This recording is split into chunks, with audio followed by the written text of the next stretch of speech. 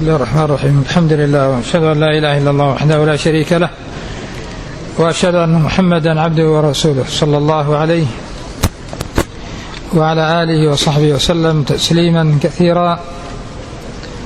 أما بعد، فقد تقدم معنا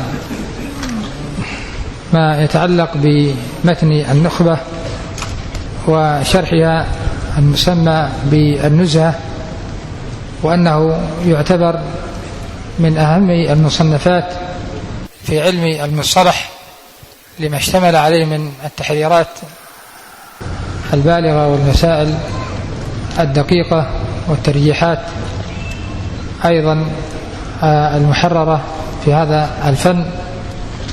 وتقدم أن الحافظ ابن حجر رحمه الله اعتنى بتحرير التعريفات، وأنه أتى بالزبدة والخلاصة المستقى والمأخوذ من أقوال المتقدمين. وهكذا بالنسبة للتمثيل، وأيضا ذكر المصنفات عند كل فن، فاعتنى بذلك أنه يذكر عند كل نوع مثالا، ويذكر المصنفات حتى يسهل لطالب الحديث أن يرجع إليها ويزداد علما، وهذا فعله في الغالب. وإلا هناك بعض الأنواع لم يذكر لها أمثلة ولم يذكر لها مصنفات كالمرسل والمدلس. وأيضا كما تقدم ذكرنا بعض الفوائد المتعلقة بذلك. وأيضا يعني كان ينتقد ولم يأخذ بكل ما أثر عن المتقدمين هكذا، بل كان يميز بين الأقوال ويذكر الصواب منها، لكن بأسلوب رفيع وأدب جم. فكان إذا تعرض لأخطاء المتقدمين يذكر ذلك بعبارة موجزة ويتلطف في الرد.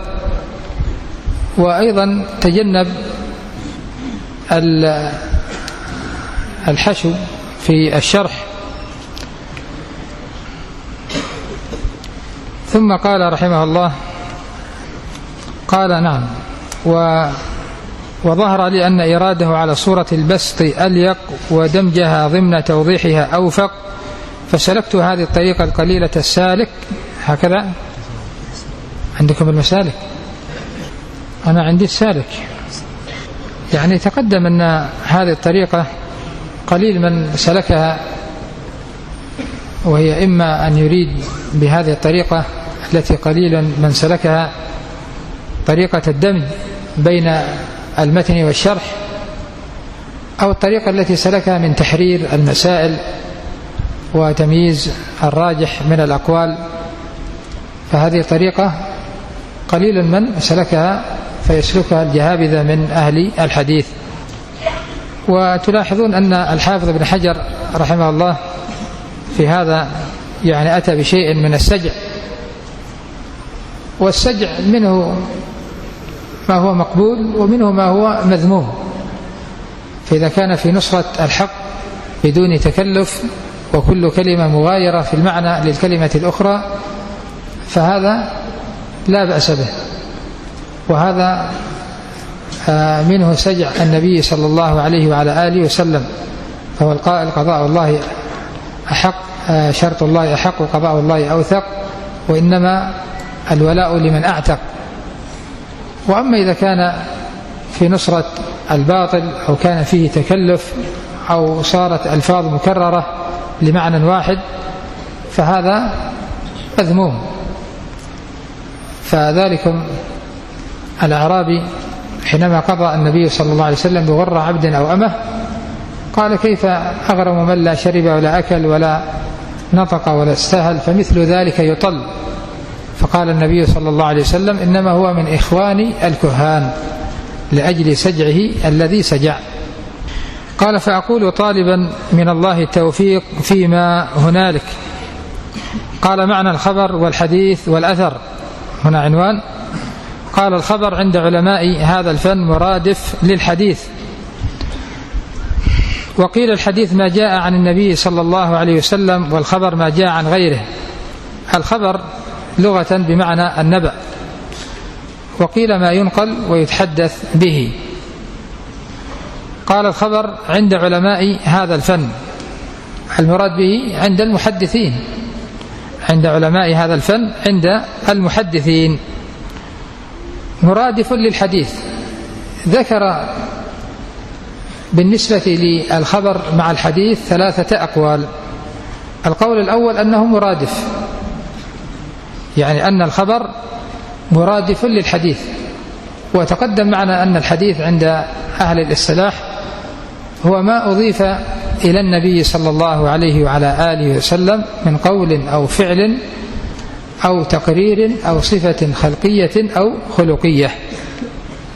فهذا هو القول الأول، وذكر 3 أقوال بالنسبة للخبر مع الحديث.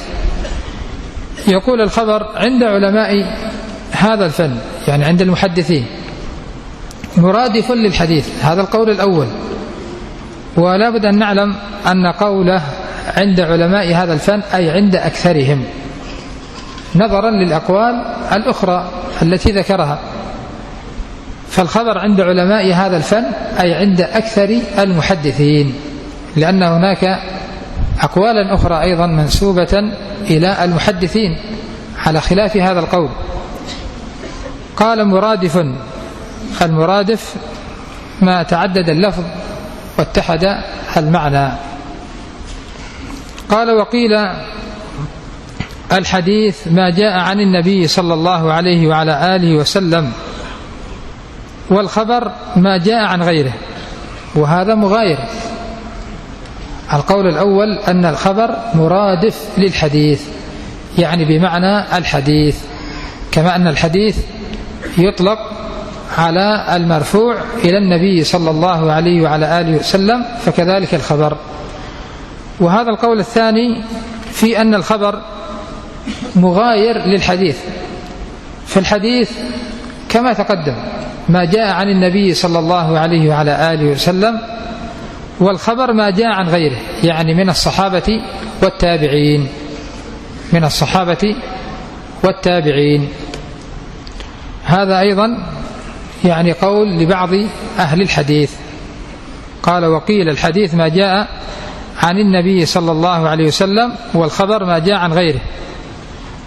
وكما نبه العلماء أن الحديث لا يطلق على غير حديث النبي صلى الله عليه وسلم إلا على وجه التقييد، يقال هذا حديث موقوف، هذا حديث مقطوع. أما إذا أطلق فالغالب في استعمال أهل الحديث أنهم يطلقون لفظ الحديث على المرفوع عن النبي صلى الله عليه وعلى آله وسلم. وإن كان من حيث اللغة فالحديث هو الذي يتحدث به، يشمل ما يتحدث به عن النبي صلى الله عليه وسلم، وما يتحدث به عن الصحابة، وما يتحدث به عن التابعين. من حيث اللغة لفظة الحديث يشمل الأنواع كلها، لكن من حيث الاستعمال وما غلب على اصطلاح أهل الحديث، فالحديث لا يراد به عند الإطلاق إذا قيل حديث إلا ما أضيف إلى النبي صلى الله عليه وسلم. وإذا أريد به غير ما يضاف إليه عليه الصلاة والسلام لا بد أن يقيد، يقال هذا حديث موقوف، هذا حديث مقطوع إلى آخره.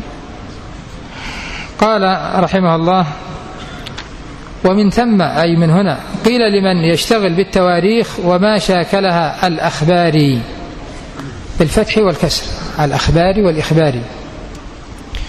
ولمن يشتغل بالسنة النبوية المحدث، يعني الذي يشتغل بالتواريخ، جمع تاريخ قال العلماء وهو التعريف بضبط وقت أو التعريف بوقت يضبط ما يراد ضبطه من نحو ولادة أو وفاة.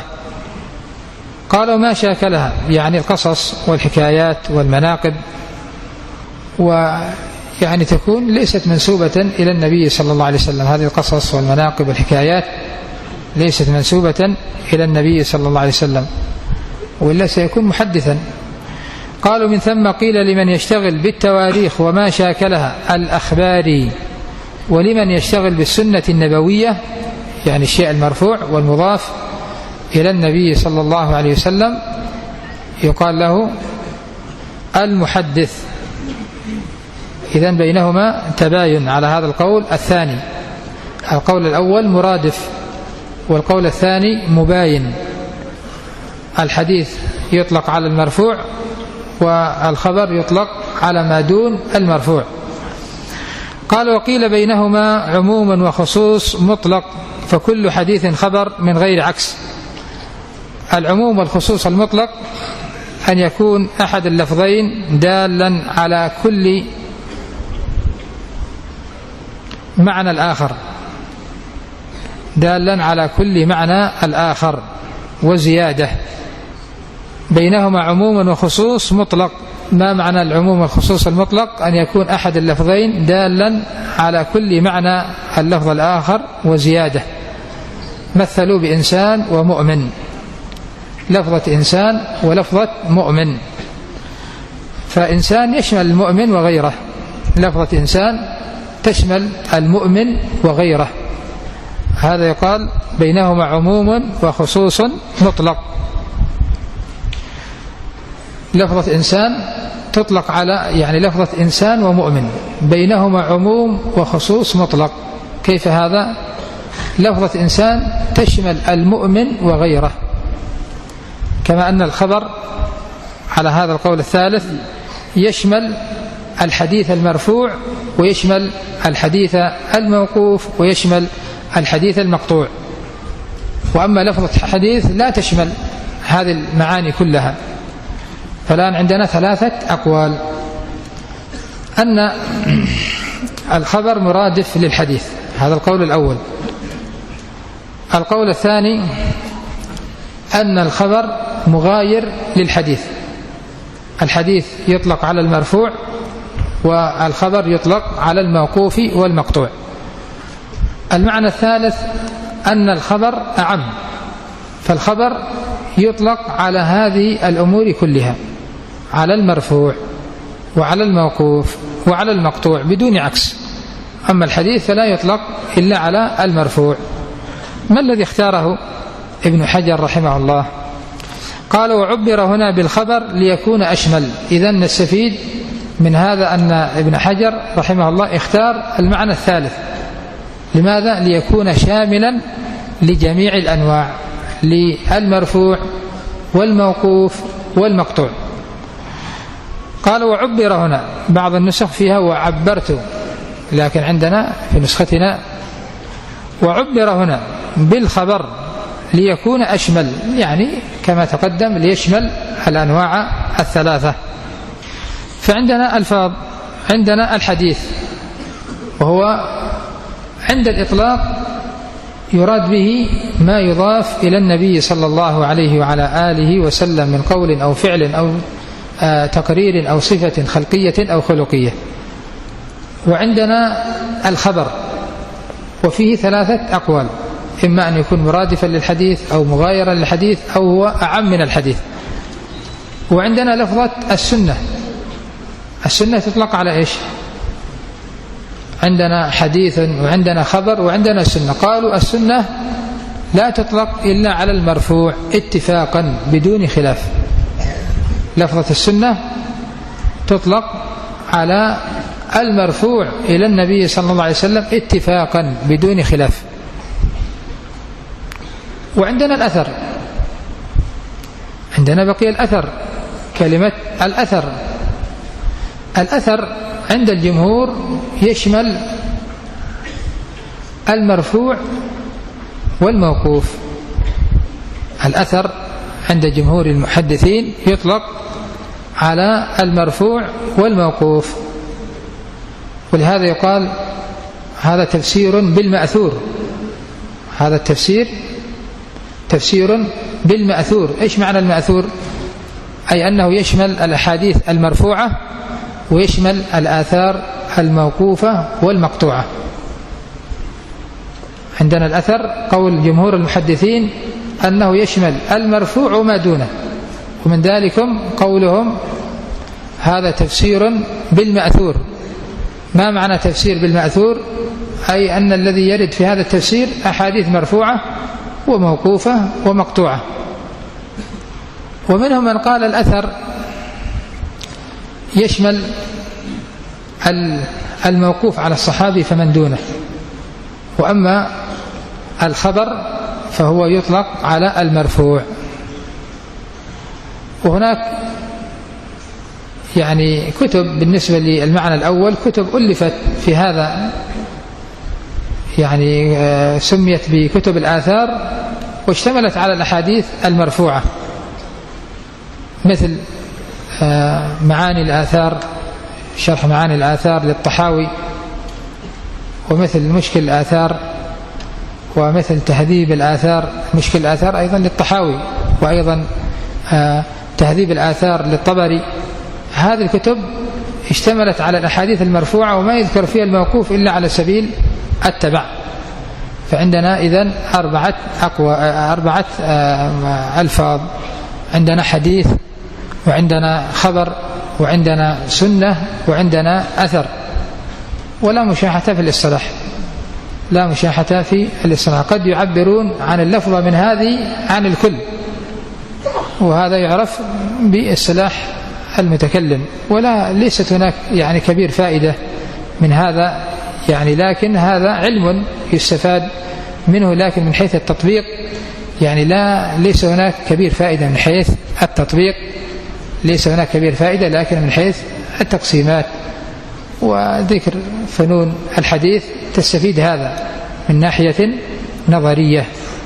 أما من ناحية التطبيقية فالذي سيأتي هو الذي يريده المصنف رحمه الله. نكتفي بهذا القدر إلى هنا، والحمد لله.